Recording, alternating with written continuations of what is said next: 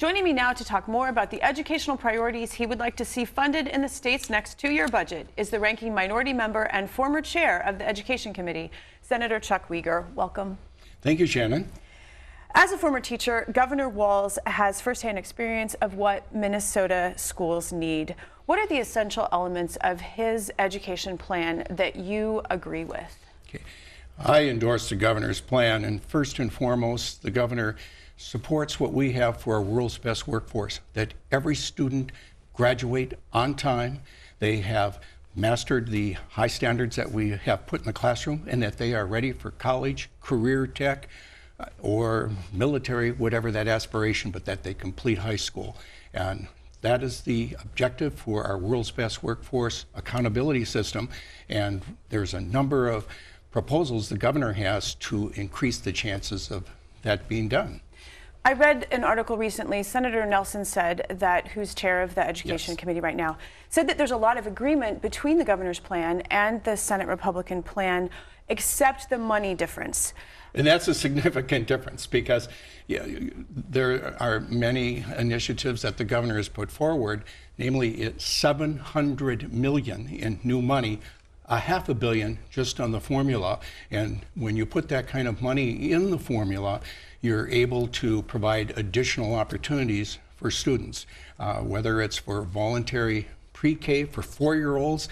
We don't want to shut the door on that because that's going to maximize their opportunity for being ready for K. You want to provide programs for full service schools, the importance of recruiting and retaining teachers. It's a serious issue throughout our state.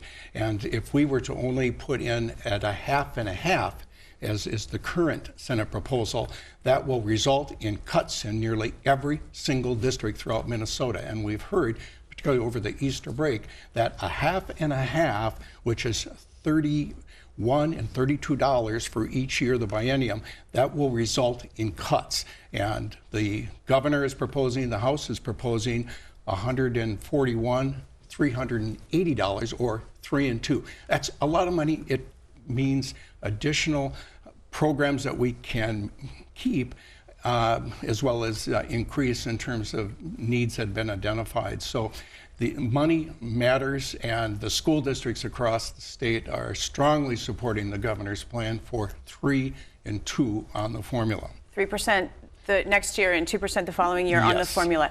Let's break it down into some of those elements that make news, that everyone talks about. Let's start with tackling that persistent achievement gap. What is the best way to do that? Okay. There isn't one single best way, but there are some areas that we have a lot of bipartisan agreement on. First and foremost, high quality early education programs, and to help prepare students to be ready for kindergarten. So there's a mix of strategies, whether it's through the voluntary program for 4-year-olds, earlier readiness programs that we have available through early childhood family education. There's scholarship paths that have been available through the public schools and non-public as well. The intent is to provide the resources that students are ready for K. If they're ready for K, they're very likely then to be reading proficiently at 3rd grade and to graduate that overall goal.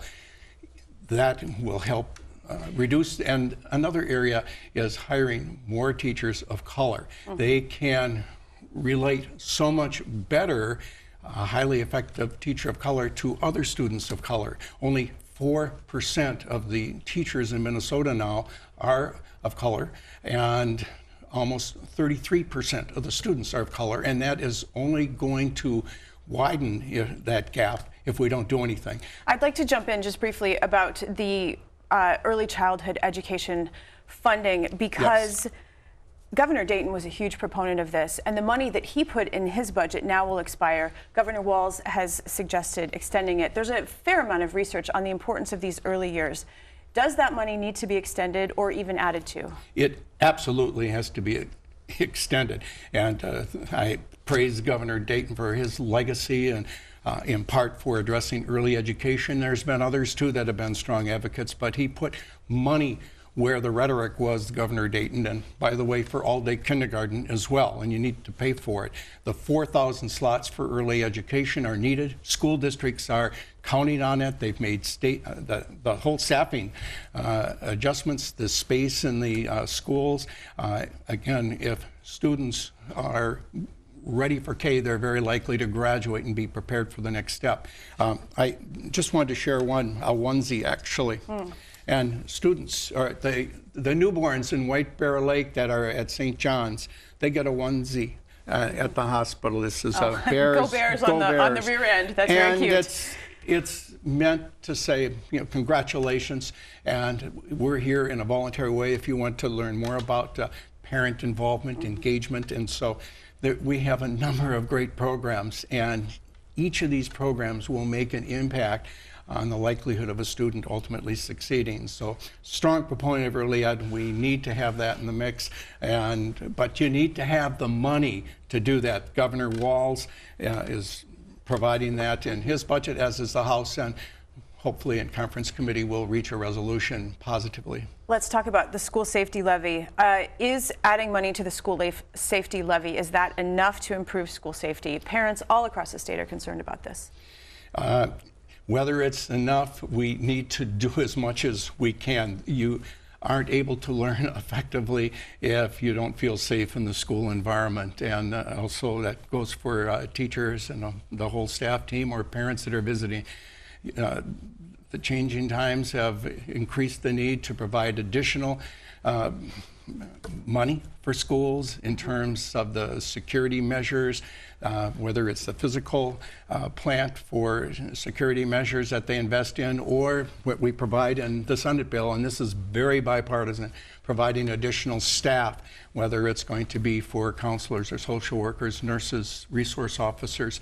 It's up to the school district local control, but there's additional money that's available. Last year they had to do it by lottery in terms of what was available. That's not fair, and so there will be additional funds. It's a bipartisan agreement, and in addition to these, the funds that we're talking about as it relates to violence, school safety also includes testing for lead, testing for radon. The House has provisions for radon as well. We need to do that. And I had a provision that's included in the Senate bill that provides for notice to parents, students, and staff when there's a notice from the Department of Health or PCA about a hazardous emission. This is a huge issue out in the White Bear area now from the water gremlin emissions that had occurred for 19 years. So school safety, very important. Learning is not optimal when people don't feel safe, so we'll continue to invest in that area. One more thing before you go. Lawmakers have been grappling with the special education cross-subsidy for years. The governor's plan puts more money so that those dollars aren't taken from the general education. Yes. What do we do about special education? Well, I praise the governor and the House. They put a freeze on this cross-subsidy. The cross-subsidy is the additional money that the school district has to provide out of its general fund for students in special education. Nearly 13% of students are in various programs in special ed. Maybe it's a semester or two, or it might be one teacher working with a student with significant needs. Since 1975, the federal government has provided that right, and that's very appropriate that all students be given an appropriate education, that they're not going to be warehoused. But in order to follow up on that pledge, we need to provide the resources. The federal government pledged to provide 40% of that money. They're not even close to 20%. If the federal government provided what they promised, we would have an additional $820 per student, but it hasn't happened, and so the federal government needs to step up to its process. But meanwhile, at least putting a freeze on that cross-subsidy, it's not fair, and it's breaking the promise that had been done at the federal level. The state's doing its best, but more needs to be done. And we did do some work in a bipartisan way to address paperwork for special ed, and another area too that we can do to address special ed is high quality early ed. The earlier the diagnosis, the intervention, the treatment, the better likelihood that you may not need additional services later, Heading case on, by yes. case. Yes. Senator Wiger, always a pleasure. Thank you. Well, thank you very much, Shannon.